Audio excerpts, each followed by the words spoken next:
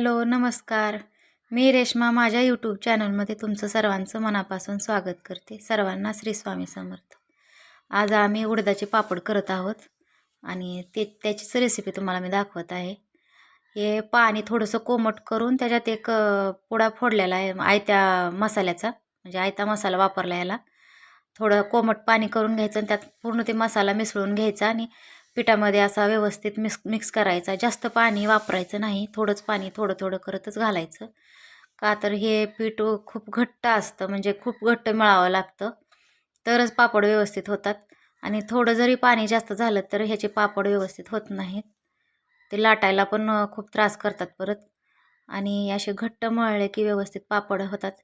आणि पापड करायचा सीझन सगळ्यात चांगला म्हणलं तर हाच असतो. मार्गशीर्ष महिन्यातच म्हणजे पापड व्यवस्थित होतात, त्यामुळं या महिन्यापासून पापड करायला चालू करतात उडदाचे. उन्हाळ्यात जर आपण पापड केले तर जास्त लवकर पीठ खराब होतं किंवा आपल्याला लाटताना पण त्रास होतो, चिटकतात. त्यामुळं या दिवसात पापड केले जातात. आणि आता हे बघा व्यवस्थित आमची सासूबाई घट्ट असं मळून घेतलं आहे पीठ. आणि खूप असं घट्ट मळायचं म्हणजे पापड व्यवस्थित होतात. आता हे एवढं घट्ट वाटतंय पण ह्याला थोड्या वेळानं आणखीन नरम पडतं हे. आता एवढं घट्ट आहे बघा. आणि ह्याला आपण खलबत्त्यामध्ये थोडंसं ठेचून घेतलं ना तर ते आणखीन मऊ पडतं आणि व्यवस्थित होतं. असं या प्रकारे असं खलबत्त्याला तेल लावून असं ठेचून घ्यायचं आणि ते नरम करायचं. असं ठेचल्यानंतर थोडंसं नरम होतं पीठ, मऊ होतं. आणि नंतर आपण ह्याच्या लाट्या पाडू शकतो, म्हणजे व्यवस्थित पापड होतात. आणि हे एका कॅरी बॅगमध्ये ठेवायचं म्हणजे ते मऊ होतं लवकर, आपल्याला लाटताना सोपं जातं. आणि अशा प्रकारे सगळं आम्ही ते चेचून घेतलं आहे आणि कॅरी बॅगमध्ये ठेवलं आहे. आणि एक एक गोळा काढून त्याच्या लाट्या बनवत आहोत आता. या अशा प्रकारे लांबट करून घ्यायचा आणि त्याच्या व्यवस्थित लाट्या करायच्या, एकसारख्या करायच्या. ते एक हाताने केल्या तर एकसारख्या होतात, म्हणजे सगळ्यांनी थोडं थोडं केलं तर ती एक लहान एक मोठी होते, त्यामुळं ते एक हातानंच करायच्या. आणि त्या आमच्या सासूबाई ते तोडत आहेत आणि आम्ही त्या गोल गोल बनवत आहोत.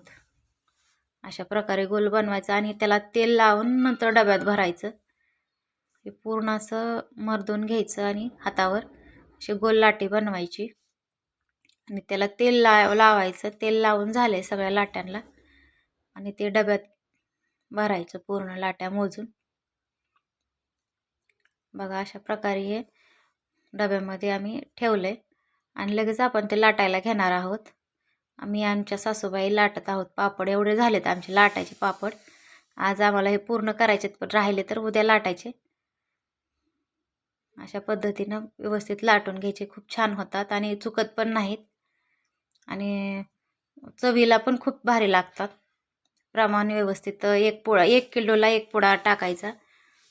1 किलो पिठाला मसाल्याचा 1 पुडा टाकायचा. ही व्यवस्थित प्रमाण आहे, काही वरून टाकायची गरज नाही. आणि आमचे भाचे आले, ते पण पापड लाटत आहेत बघा. त्यांना पण चांगलं जमलंय पण लाटायला, व्यवस्थित करायला लागलं. छान असा केलाय प्रयत्न. आणि बघा किती मस्त पापड झालेत. मी एक भाजून बघते. माझा व्हिडिओ आवडला असेल तर लाईक करा, शेअर करा, सबस्क्राईब करा आणि सर्वांना धन्यवाद.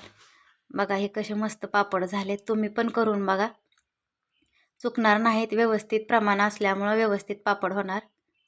नक्की करून बघा.